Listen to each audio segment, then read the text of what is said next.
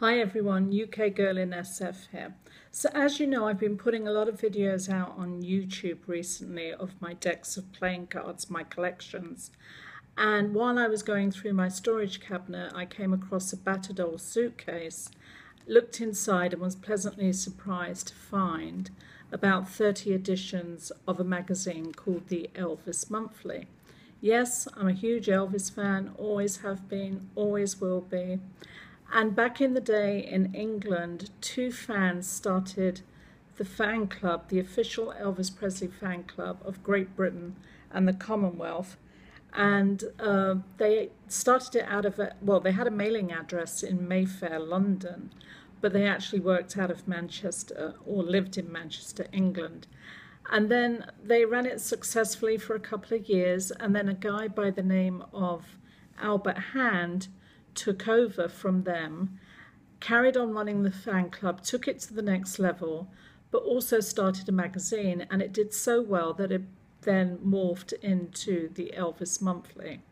And I can tell you, we used to save our pocket money diligently and rush down to the corner store when it came out, grab it off the shelf, and go home and read it for about 3 or 4 days.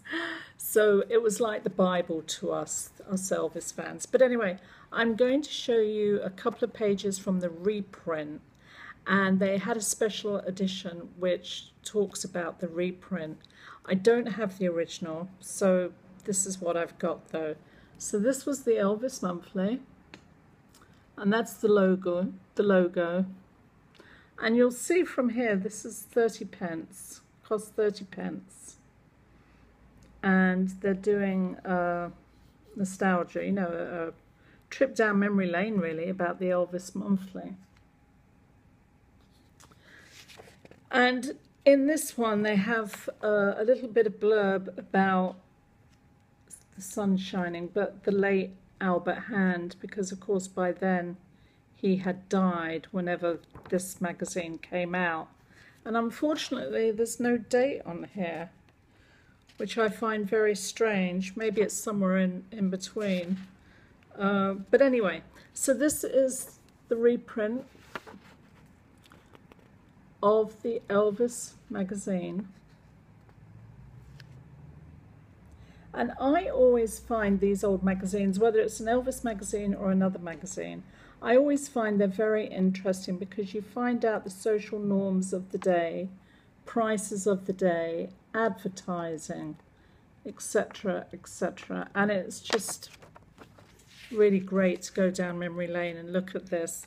And then here you have 7,000 fans can't be wrong. And as we all know, there was an album that came out called 10,000 Fans Can't Be Wrong.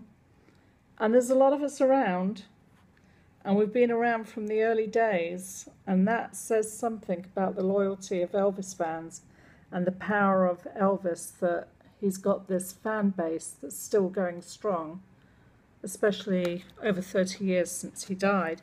And then we've got the birth of Elvis Monthly with a foreword by Albert Hand. He wrote this. It's a reproduction. And like I said, it was written by fans, for fans. And then at the back here you've got advertising, an exclusive Elvis Presley fan issue, limited print only.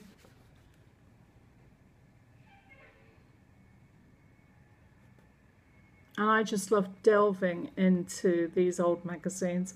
And I had such fun going through the Elvis ones the other day, picking out the ones I'm going to show you. I'm going to do some more videos, but just feature one per video. Don't want to make it too long, and hopefully you're still with me. And then we go over here. And again, look at the prices, 2 and 6p. I mean, my God, I don't even know what that is in today's currency, what that would translate to. But it's just so fascinating to see this stuff. And hopefully you're catching all of this. And it was also reproduced, this magazine, in Canada and Australia. And the Canada price was $1 and the Australian dollar, $1. So there you go. So that's just a little bit of the Elvis Monthly. Here's the back of this one. Of course, there was always lots and lots of pictures of Elvis in the magazine. And I hope you've enjoyed this little ride back in or back down memory lane through the Elvis magazine. And I just want to love you and leave you at that point. Carry on listening to the man. And this is UK Girl in SF, sounding out and signing off.